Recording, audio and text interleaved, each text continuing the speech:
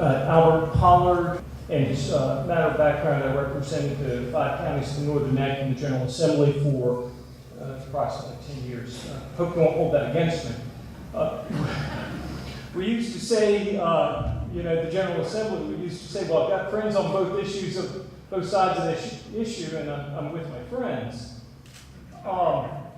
I'm not going to say that tonight because I hope, this evening, because I hope that I want to associate myself with remarks on the economic impact of the viewshed, but my remarks are actually going to focus on the Public Service Corporation aspects of what's going on. It seems to me that Dominion Power and APCO are granted a charter by the state. It is not a business in the classic sense.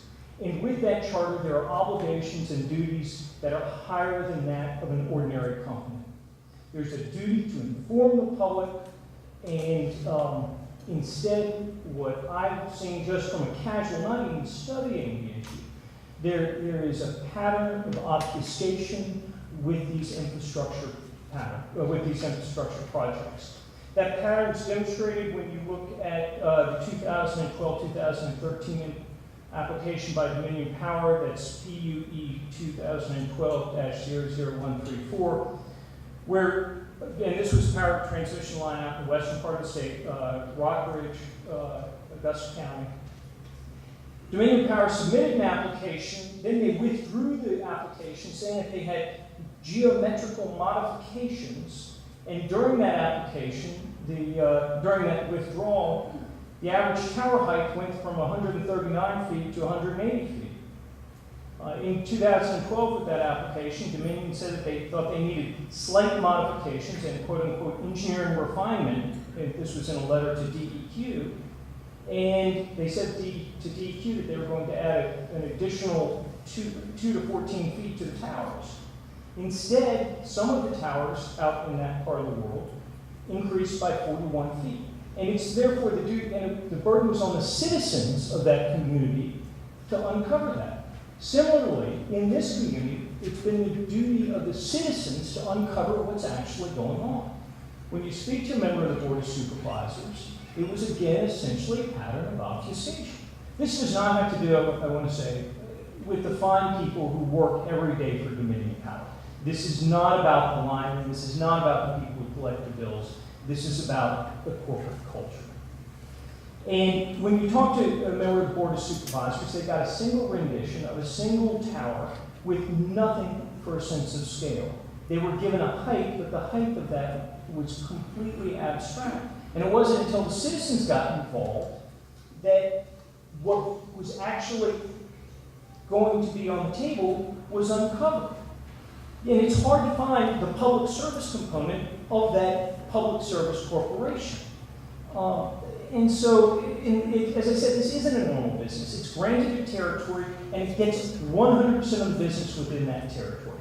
Some people, if they live in a long dirt line, they lose money on it. Some may make money. But these folks are making money. I mean, that's clear. So I hope that at a minimum, in addition that the SCC, in addition to the remedies of burying this line or connecting it to the bridge, that the SCC creates a standard protocol for public service corporations to inform the public of these infrastructure projects. And that and perhaps at a maximum, what they do is that they make Dominion cover part of the citizens' share of the cost of bringing this, because this whole controversy could have been avoided. You all sitting here, all the attorneys behind me, all the citizens who prepared their testimony, and then the Dominion employees in the very back who are actually getting paid to be here.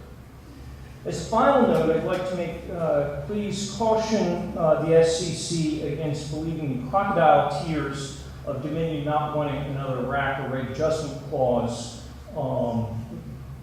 associated with the cost of burying or attaching cables. As you all know, I mean, there are racks left, right, and center. Every time you can't swing a dead cat down in Richmond without hitting a rack. They just got one for Brunswick. They're getting one for Greensville. If Dominion were concerned about the racks when they had Senate Bill 1349, I wasn't in the General Assembly at the time, and they got a rate base freeze, they would have frozen the racks as well. But they didn't want to freeze the racks because they make money off of them, or at least most of them. So I would urge the commission not to get caught up in that argument. And I'd like to say that, to me, there's a real crux of the issue, and that's the difference between the corporate culture of Dominion resources and Dominion Virginia power. And Dominion resources, the corporate culture, is to maximize every penny, squeeze it as hard as you can, maximize return for the shareholder. Dominion Virginia power is the actual public service corporation, as I understand their corporate structure. I don't object to Dominion's right to make $1. I'm in a business, I make $1 myself on a good day, not on a bad day.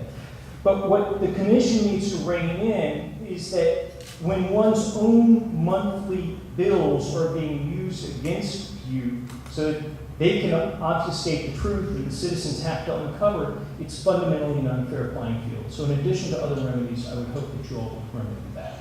I appreciate the time, I appreciate you all being here. Any questions? Thank you. Thank you.